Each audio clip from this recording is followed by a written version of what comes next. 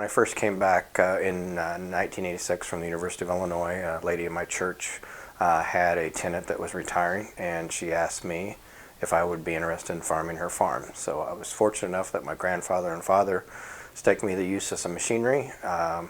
Started farming in that year and have continued to farm with my father since that day. I would label our farm a fairly diversified farm. I farm with my brother and his wife and 4 children, and my wife and 2 kids. We raise corn, soybeans, and wheat.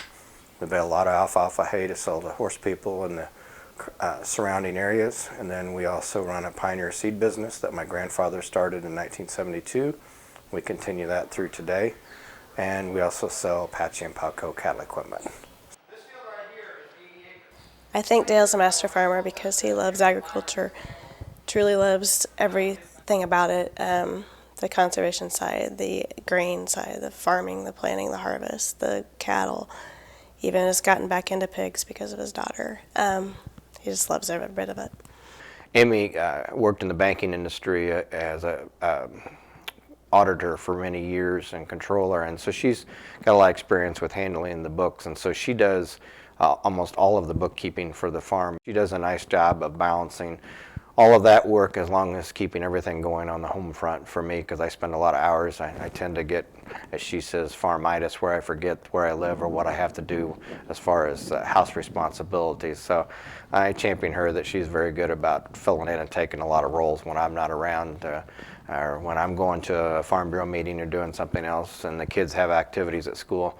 Guess who gets to go out and feed the 4-H projects? That's my wife. She jumps up and does that.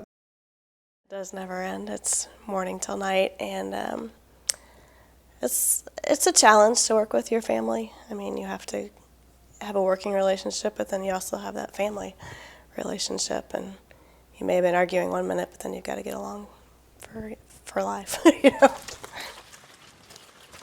Whether it's using precision fertilizer or special seeds and special soil types, we tend to use that technology pretty heavily on our farm. We converted to an all no-till farm back in the 90s. I'm very proud of the conservation work that our family has done. My dad has bought a small dirt scraper when I was real little, and we built a lot of terraces and still do to this day on our own farm. Take great pride. I share that when I'm talking to a group of 4th graders or a classroom full of kids, that it's more important for me to keep and preserve the soil in better health than when I got it, so that when my children take over, it's in better shape than when it was when I got it.